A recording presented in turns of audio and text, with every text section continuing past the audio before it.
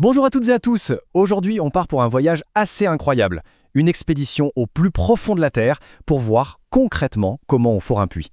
Allez, c'est parti, la descente commence. On imagine souvent ça comme une aventure un peu folle. Mais en réalité, même si c'est spectaculaire, il n'y a aucune place pour l'improvisation. C'est une opération d'une précision absolue, où chaque mouvement est calculé pour atteindre une cible minuscule à des kilomètres sous nos pieds. Comme pour toute grande expédition, tout commence par le premier pas. Et dans le forage, ce tout premier geste est tellement important qu'il a son propre nom. C'est vraiment le point de départ de tout. Et ce moment, ça s'appelle le spudding. Voilà, le mot est lâché. C'est le coup d'envoi officiel. C'est l'instant précis où l'outil touche le sol et commence à creuser. À partir de là, le chronomètre est lancé, le voyage vers les profondeurs a réellement commencé. Ok, le premier trou est fait. Maintenant, le vrai défi commence, la descente. Et attention, on ne fore pas un immense tunnel d'un seul coup. Non, le processus est découpé en plusieurs phases, un peu comme les différents étages d'une fusée. Alors, comment ça marche? D'abord, on a le trou de surface. C'est la partie la plus large, pas très profonde. C'est un peu la fondation de tout l'édifice. Ensuite, on passe au trou intermédiaire.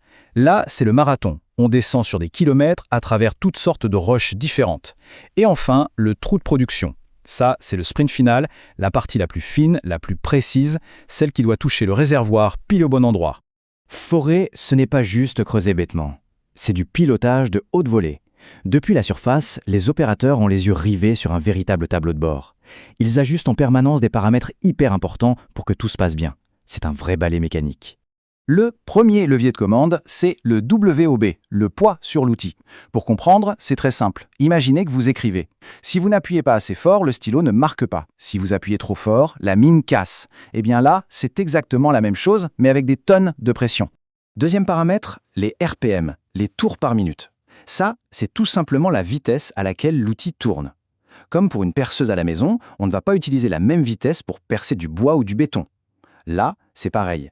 Les foreurs adaptent constamment la vitesse au type de roche rencontrée. Et enfin, le troisième élément clé, le poids de la boue. Alors attention, ce n'est pas de la gadoue, c'est un fluide de forage super sophistiqué. Oui, il refroidit l'outil qui chauffe, mais son rôle le plus important, c'est de faire contrepoids. Sa densité est calculée au gramme près pour contenir la pression monstrueuse qui vient des roches et pour empêcher que quoi que ce soit remonte de façon incontrôlée. C'est notre première ligne de défense. Et donc voilà, on a l'équation du foreur. Le poids sur l'outil, la vitesse de rotation et la pression de la boue. Ce sont les trois manettes qu'on ajuste en permanence.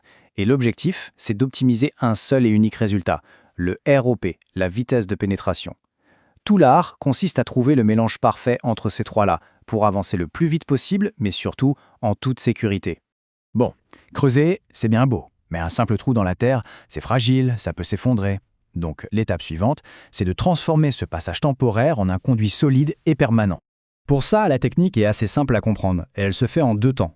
D'abord, on glisse un énorme tube en acier, qu'on appelle le tubage, dans le trou qu'on vient de forer. Ensuite, on injecte du ciment dans l'espace qui reste entre ce tube et la roche. Le ciment durcit et hop, ça crée une barrière super solide et complètement étanche.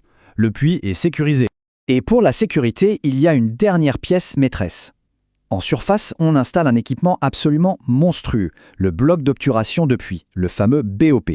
C'est un assemblage de vannes de sécurité ultra puissantes qui peuvent se fermer et sceller le puits en quelques secondes en cas de problème.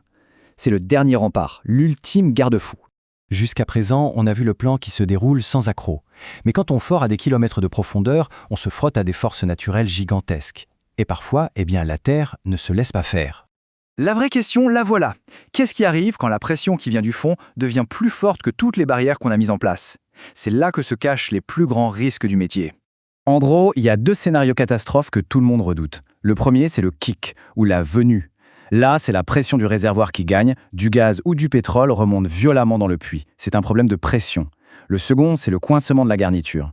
Là, c'est un problème mécanique. Le matériel est tout simplement bloqué, coincé dans la roche. Impossible de le bouger.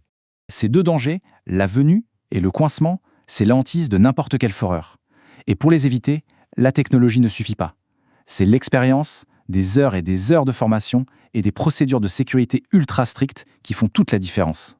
Au final, ce qu'il faut retenir, c'est que forer un puits, c'est tellement plus que juste faire un trou. C'est une bataille permanente, une lutte technique et précise contre les forces colossales de la Terre. C'est une vraie prouesse d'ingénierie qui nous montre à quel point le monde, juste sous nos pieds, est puissant.